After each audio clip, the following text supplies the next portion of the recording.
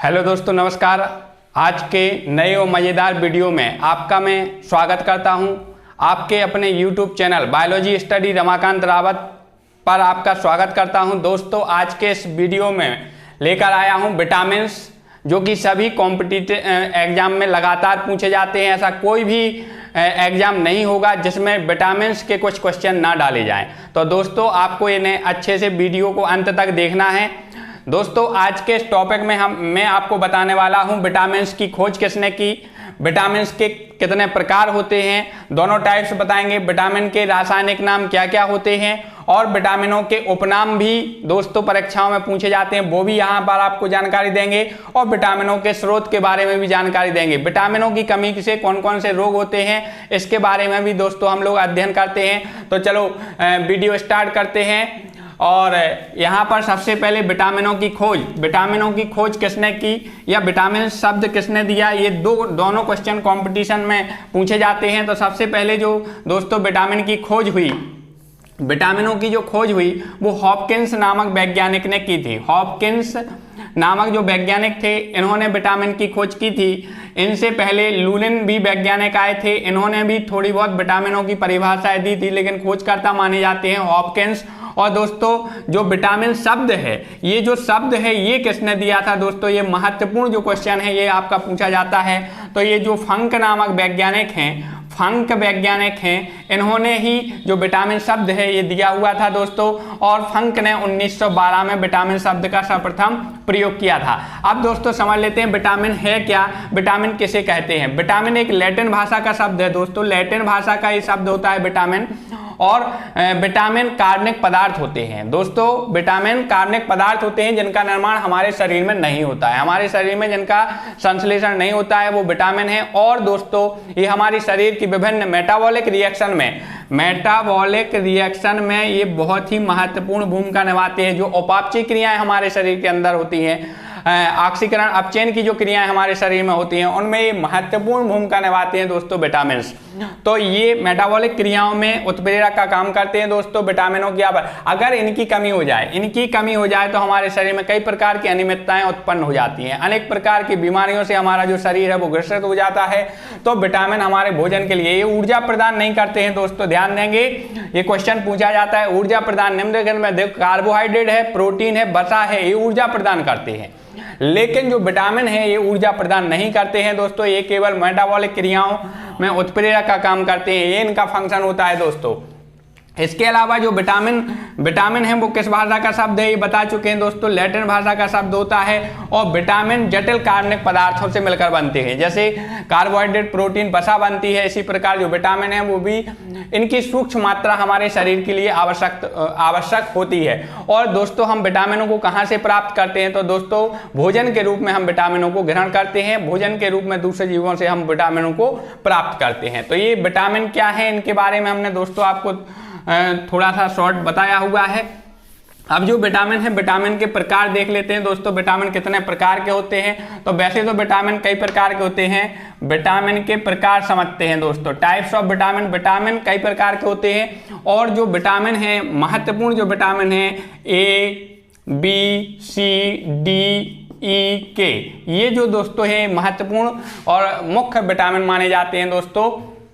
इनमें भी इन विटामिनों को दो टाइप्स में बांटा गया है दोस्तों। दो टाइप्स कौन से हैं, एक तो होता है दोस्तों जल में घुलनशील विटामिन, जल में घुलनशील विटामिन होते हैं दोस्तों। और दूसरे जो होते हैं, दूसरे प्रकार के जो होते हैं वो होते हैं वसा में घुलनशील विटामिन, वसा में घुलनशील विटामिन। तो दोस्तों आपको ये दोनों ही बताना है कि कौन से विटामिन से लगातार पूछे जाते हैं आपके, कौन से विटामिन जल में घुलनशील होते हैं और कौन से विटामिन वसा में घुलनशील होते हैं। तो जो वाटर सॉल्युबल विटामिन्स होते हैं वे कौन से होते हैं ये आपको बताना है यहाँ पर दोस्तों। तो वाटर सॉल्युबल विटामिन जो हैं वो होते हैं बी तथा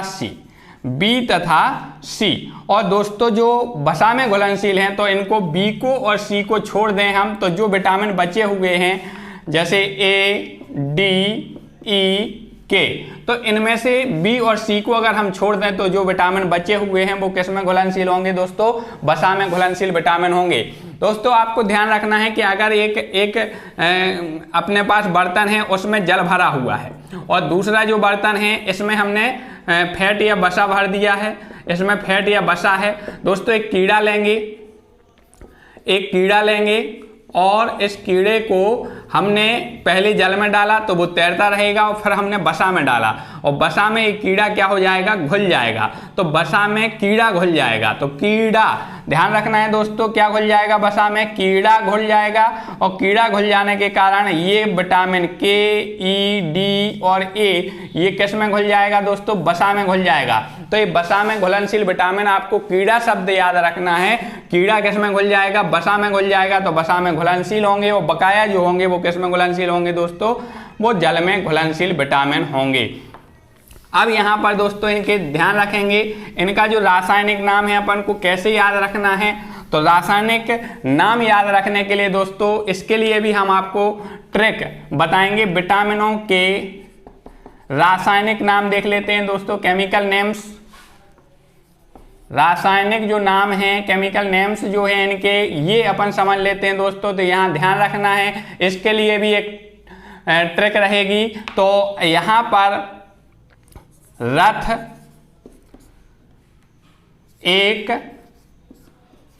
टॉफी, दोस्तों यहाँ ध्यान रखना है, हमने एक शॉर्ट रखा हुआ है, एक छोटी सी ट्रिक रखी हुई है। रथ एक टॉफी मतलब एक रथ है और एक टॉफी है। तो यहाँ पर देखेंगे हम इनका जो रासायनिक नाम है, ये कौन कौन से विटामिन रहते हैं, ए, बी, सी, डी, ई और के। तो यहाँ पर हमने इसके ऊपर लिखे हुए हैं, ये जो विटामिन है इसका नाम रा से शुरू होगा दोस्तों, तो इसका मतलब होगा रेटिनॉल।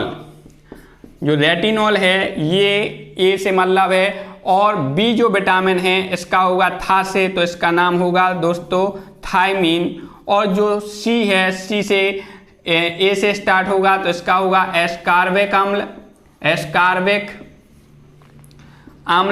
एस्कार्बिक अम्ल होता है दोस्तों। और यहाँ डी का नाम होगा दोस्तों कैल्सीफेरॉल। और दोस्तों जो ई है इसका नाम होगा दोस्तों टोकोफेरॉल। और दोस्तों जो के होगा इसका नाम होगा फिनोकेवनोन इसका नाम होगा।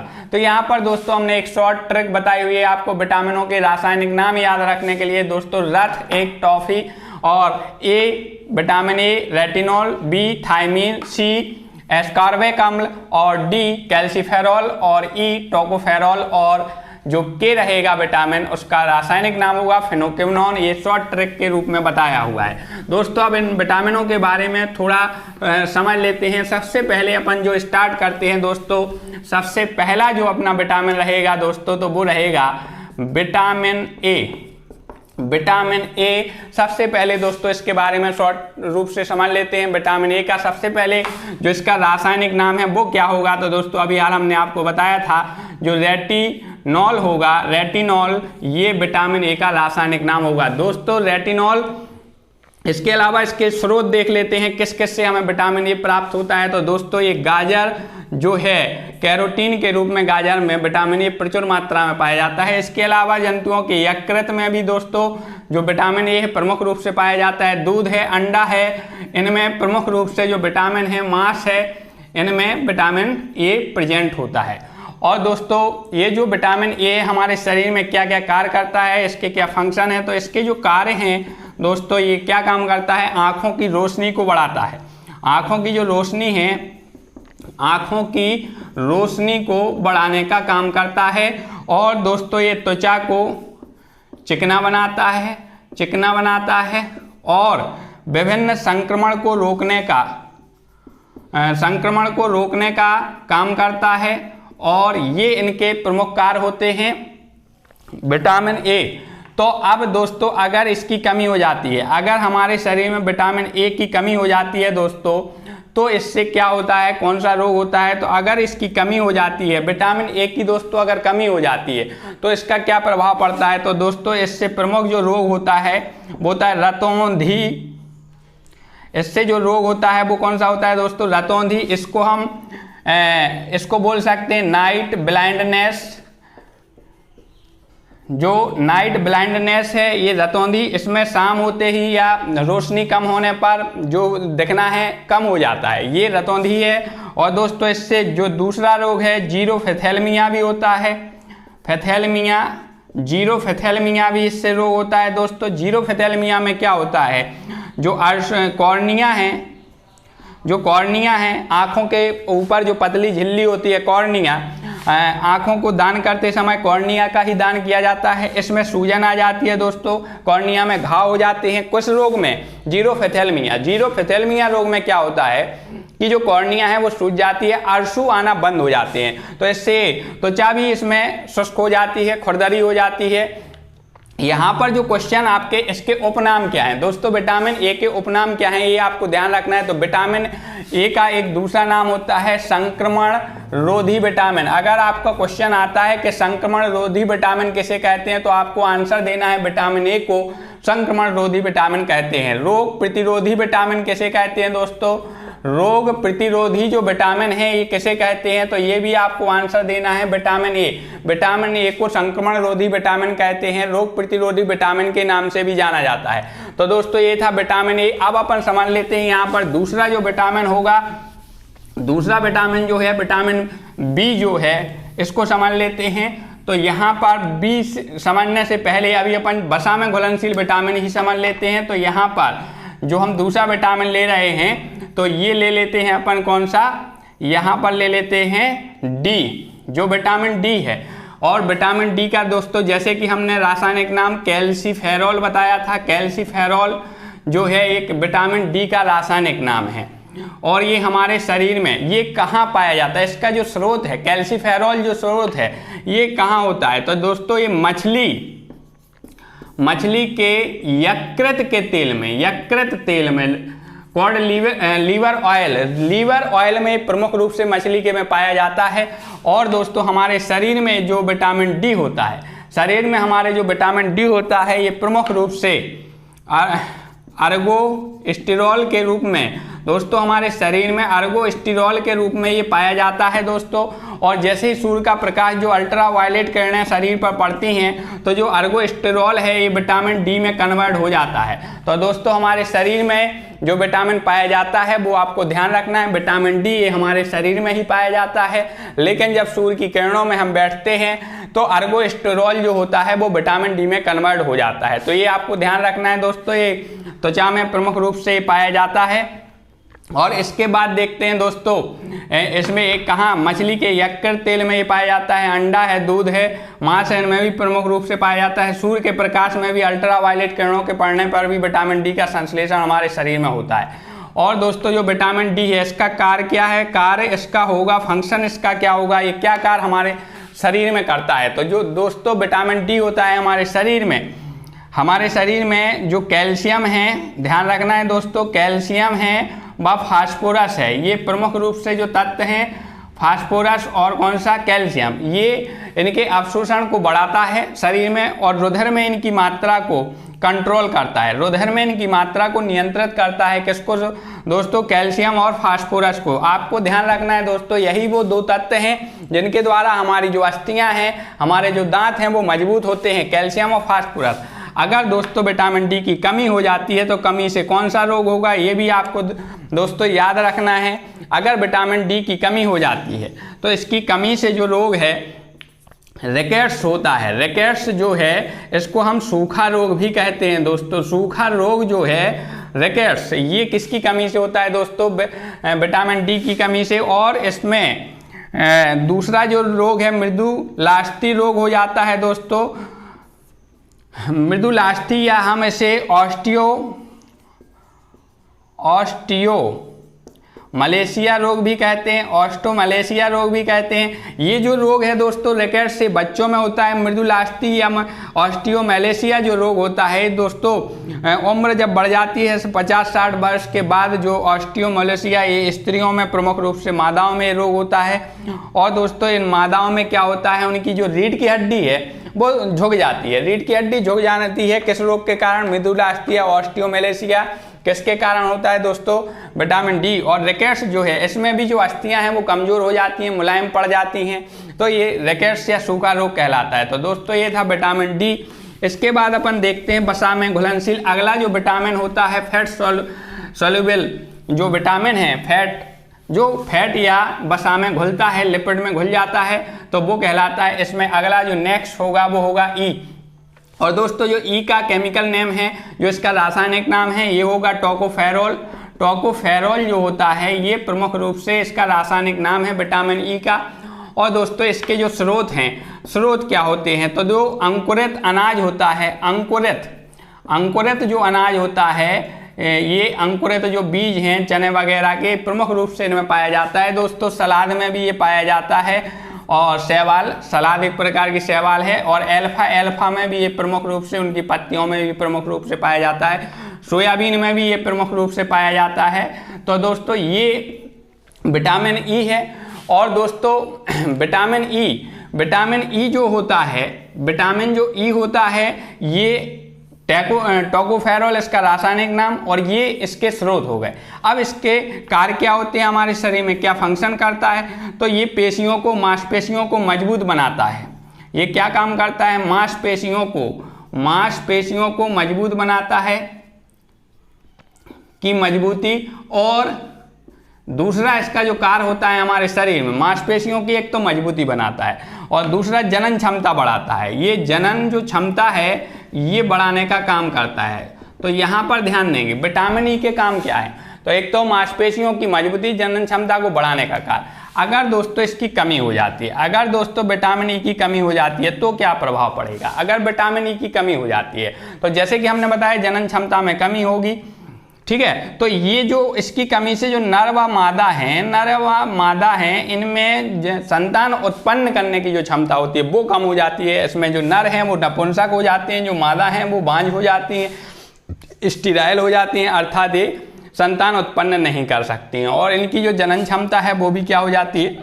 कम हो जाती है। तो ये था दोस्तों विटामिन ई। और विटामिन ई का अगर हम उपनाम कहें तो यहाँ पर आपको ध्यान रखना है, जो सौंदर्य विटामिन है किसे कहते हैं? सौंदर्य जो विटामिन है वो किसे कहते हैं? तो दोस्तों आपको ध्यान रखना है कि सौंदर्य विटामिन ई को कहते हैं। ब्यूटी विटामिन के नाम से किसको जाना जाता है? तो दोस्तों आपको याद रखना है कि जो ब्यूटी विटामिन है वो कौन सा है?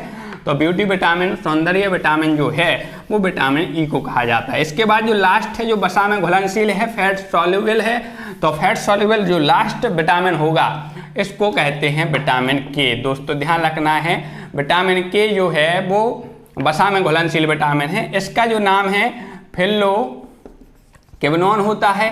फिलोक्विनोन जो है ये इसका रासायनिक नाम है। और इसके जो स्रोत हैं दोस्तों, इसके जो स्रोत हैं ये टमाटर है, गोभी है, इसमें प्रमुख रूप से बंद गोभी जो होती है ये इसमें प्रमुख रूप से होती है, पालक है, पपीता है, ये आ जाएंगे, और केला है, ये इसके जो प्रमुख हैं। और हरी सब्जियां हैं, ये प्रमुख रूप से विटामिन के लिए हैं। अब दोस्तों ये तो इनके स्रोत हो गए, रासायनिक नाम हो गया, स्रोत हो गए। अब इसके कार्य क्या होते हैं? तो दोस्तों अगर विटामिन के है तो विटामिन के हमारे यकृत में या लीवर में जो यकृत में जो फाइब्रिन होते हैं, फाइब्रिन जो प्रोटीन है उसको बनाने में ये प्रमुख रूप से सहायक होती हैं। और यही जो प्रोटीन होती है ये रक्त का थक्का बनने में सहायता करती है।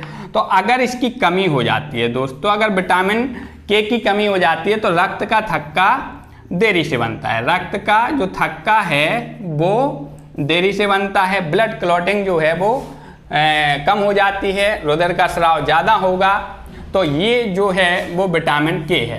तो इसका उपनाम क्या है दोस्तों? तो इसका जो उपनाम है वो है रुधिर स्राव रोधी विटामिन। अगर ये क्वेश्चन आता है कि रुधिर स्राव रोधी विटामिन किसे कहते हैं तो आपको बताना है दोस्तों कि विटामिन के को रुधिर स्राव रोधी विटामिन कहते हैं। दोस्तों ये तो थे वसा में घुलनशील विटामिन। अब अपन समझ लेते हैं दोस्तों जो विटामिन हैं जल में घुलने वाले वो कौन कौन से हैं, तो इसको समझ लेते हैं। तो जो विटामिन हैं जो जल में घुलते हैं वो यहाँ पर सबसे पहले अपन समझ लेते हैं दोस्तों विटामिन बी। जो विटामिन बी है इसमें विटामिन बी फंक ने इसकी खोज की थी दोस्तों, विटामिन ने। और जो चावल हैं उनकी जो छीलन है प्रमुख रूप से उनमें इनकी विटामिन की खोज की थी। और इस विटामिन बी में कई विटामिनों का समूह होता है, इसलिए इसे विटामिन बी कॉम्प्लेक्स के नाम से भी जानते हैं दोस्तों। विटामिन बी कॉम्प्लेक्स या समूह होता है। इसके अंतर्गत दोस्तों सबसे पहले इसके अंतर्गत कौन कौन से आते हैं, तो सबसे पहले विटामिन B1 है, ये आता है, विटामिन B2 है, और दोस्तों विटामिन B3 है, और इसके अलावा इसके अंतर्गत आते हैं विटामिन B5 है और विटामिन B6 है। इसके अंतर्गत दोस्तों विटामिन B7 है, ये आते हैं, और इसके अलावा विटामिन B9 आते हैं, और दोस्तों इसके अंतर्गत विटामिन B12 आते हैं। तो ये जो विटामिन बी है, विटामिन बी कॉम्प्लेक्स है, इसके अंतर्गत ये सभी विटामिन आते हैं। अब इनके दोस्तों देख लेते हैं रासायनिक नाम। जो विटामिन B1 है इसका दोस्तों रासायनिक नाम थायमीन होता है। थायमीन प्रमुख रूप से जो अनाज होते हैं, जो गेहूँ हैं, चावल है, इनके जो छिलके हैं, अनाज के छिलके, उनमें प्रमुख रूप से विटामिन पाया जाता है। और विटामिन B1 की जो कमी है, इसकी कमी से बेरी रोग होता है दोस्तों। बेरी जो रोग होता है इसकी कमी से, प्रमुख रूप से थायमीन की कमी से रोग होता है। इसमें जो हृदय की जो पेशियां होती हैं, जो तंत्र का तंत्र होता है, ये कमजोर हो जाता है, और हृदय की धड़कन जो है वो रुक सकती है इस रोग में। पाचन तंत्र भी गड़बड़ा जाता है, और इसमें जो बॉडी बैलेंस है, जो शरीर का बैलेंस है, वो भी कमजोर हो जाता है, और धीरे धीरे हाथ पैरों में लकवा भी लग सकता है। इन सभी लक्षणों को एक साथ मिलाकर दोस्तों क्या कहते हैं, बेरी रोग कहते हैं। अब देख लेते हैं दोस्तों विटामिन B2, इसका नाम होता है दोस्तों राइबोफ्लेविन। राइबोफ्लेविन इसका जो रासायनिक नाम है वो क्या है, राइबोफ्लेविन होता है। और इसमें राइबोफ्लेविन इसका जो काम होता है, ये कार्बोहाइड्रेट उपापचयी क्रियाओं को नियंत्रित करता है हमारे शरीर में। अगर इसकी कमी हो जाती है तो जो होंठ होते हैं वो फट जाते हैं, होंठों का फटना, ठीक है, और त्वचा जो है वो खुरदरी हो जाती है, किलोसिस रोग हो जाता है, डर्मोटाइटिस रोग हो जाता है, इसमें हमारी जो त्वचा है वो फट जाती है। किलोसिस में जो होंठ होते हैं उनमें दरारें हो जाती हैं। विटामिन B3 दोस्तों, विटामिन B3 का जो रासायनिक नाम है निकोटीनामाइड जो है वो इसका नाम होता है, या नियासिन भी इसको कहते हैं, इसका दूसरा नाम नियासिन होता है। तो B3 का रासायनिक नाम होता है ये दोस्तों। और विटामिन जो B3 होता है इससे पेलेग्रा रोग होता है दोस्तों। कौन सा, पेलेग्रा जो रोग होता है वो विटामिन, और मंदबुद्धि भी इसी से संबंधित है, मंदबुद्धि भी इसमें होती है, और पेलेग्रा रोग भी। पेलेग्रा रोग में दाने टाइप की त्वचा में खुजली वगैरह, ये पेलेग्रा रोग के अंतर्गत आते हैं। B5 दोस्तों, विटामिन B5 पेंटाथीनिक कहते हैं दोस्तों, पेंटाथीनिक अम्ल, इसका जो रासायनिक नाम है दोस्तों पेंटाथीनिक अम्ल होता है। और जो विटामिन B5 है इसको हम क्या कहते हैं, पेंटाथीनिक अम्ल कहते हैं। और दोस्तों इसके बाद जो विटामिन B6 है इसका पायरिडॉक्सिन बोलते हैं, इसको पायरिडॉक्सिन, और पायरिडॉक्सिन इसको विटामिन B6 को कहते हैं। और पायरिडॉक्सिन इसके अलावा इसकी कमी से एनीमिया रोग हो जाता है। एनीमिया जो रोग है वो विटामिन B6 की कमी से होता है। एनीमिया माने रुधिर क्षीणता माने रुधिर की कमी होना, ये एनीमिया रोग के अंतर्गत आता है। अब दोस्तों जो समझ लेते हैं अपन विटामिन B7। विटामिन B7 का एक दूसरा नाम होता है, इसको हम बायोटिन भी कहते हैं, बायोटिन भी इसको कहते हैं, और इसी को दोस्तों विटामिन H भी कहते हैं। अगर क्वेश्चन आ जाए विटामिन H कौन सा है, तो जो विटामिन B7 है, ये विटामिन जो B7 होता है, विटामिन B7 उसी को विटामिन H कहते हैं, उसी को बायोटिन कहते हैं, ठीक है। तो इसका जो रासायनिक नाम हो जाएगा वो क्या हो जाएगा दोस्तों, बायोटिन हो जाएगा, विटामिन B7 को बायोटिन। और इसमें प्रमुख रूप से दोस्तों जो विटामिन B5 होता है, इससे कौन सा रोग होता है, तो प्रमुख रूप से जो बाल हैं वो सफ़ेद हो जाते हैं, बाल सफ़ेद हो जाते हैं। सफ़ेद किसकी कमी से होते हैं, तो पेंटाथीनिक अम्ल जो विटामिन B5 है उससे बाल सफ़ेद हो जाते हैं। पायरिडॉक्सिन से एनीमिया रोग हो जाता है। बायोटिन जो B7 है इसमें बाल झड़ते हैं दोस्तों, इसमें जो बाल हैं वो झड़ जाते हैं, बाल झड़ जाते हैं। इसके अलावा दोस्तों जो अगला जो विटामिन है B9, विटामिन B9, तो इसका जो रासायनिक नाम है वो फोलिक अम्ल है। फोलिक अम्ल जो होता है इसका रासायनिक नाम होता है। और जो विटामिन B12 है दोस्तों, इसका नाम जो होता है साइनोकोबालेमिन। साइनोकोबालेमिन जो है इसका जो रासायनिक नाम है। और दोस्तों इसका जो महत्वपूर्ण जो क्वेश्चन कंपटीशन में बनता है दोस्तों, वो क्या है? कोबाल्ट। तो दोस्तों कोबाल्ट जो है वो किस में पाया जाता है? कोबाल्ट जो है CO, कोबाल्ट जो होता है वो प्रमुख रूप से विटामिन B12 में पाया जाता है। इसकी कमी से दोस्तों कौन सा रोग होता है? तो एनीमिया इसकी कमी से रोग होता है। रुधिर क्षीणता, रुधिर अल्पता जो रोग है, इसमें RBC कम मात्रा में बनती हैं, जिससे रुधिर की कमी हो जाती है। ये रोग विटामिन B12 की कमी से होती है दोस्तों। तो ये था विटामिन B कॉम्प्लेक्स पूरा हमने बताया हुआ है दोस्तों, ये कौन से रोग होते हैं, इनका रासायनिक नाम क्या है। और दोस्तों चलते हैं अपने अगले टॉपिक पर। यहाँ पर आ जाएगा अब जल में घुलनशील जो पहला विटामिन था वो था B, और जल में घुलनशील जो दूसरा विटामिन है वो कौन सा होता है दोस्तों? तो वो रहेगा C, विटामिन C। ये भी जल में घुलनशील, और इसका जो रासायनिक नाम है वो सबसे ज़्यादा पूछा जाता है एस्कॉर्बिक। जो एस्कॉर्बिक है वो एस्कॉर्बिक अम्ल जो होता है ये इसका रासायनिक नाम होता है। और इसके जो स्रोत हैं दोस्तों, स्रोत महत्वपूर्ण खट्टे जितने भी पदार्थ हैं, जितने भी खट्टे पदार्थ हैं उनमें प्रमुख रूप से विटामिन C पाया जाता है। और आंवला जो है दोस्तों, आंवला में सबसे अधिक विटामिन C पाया जाता है।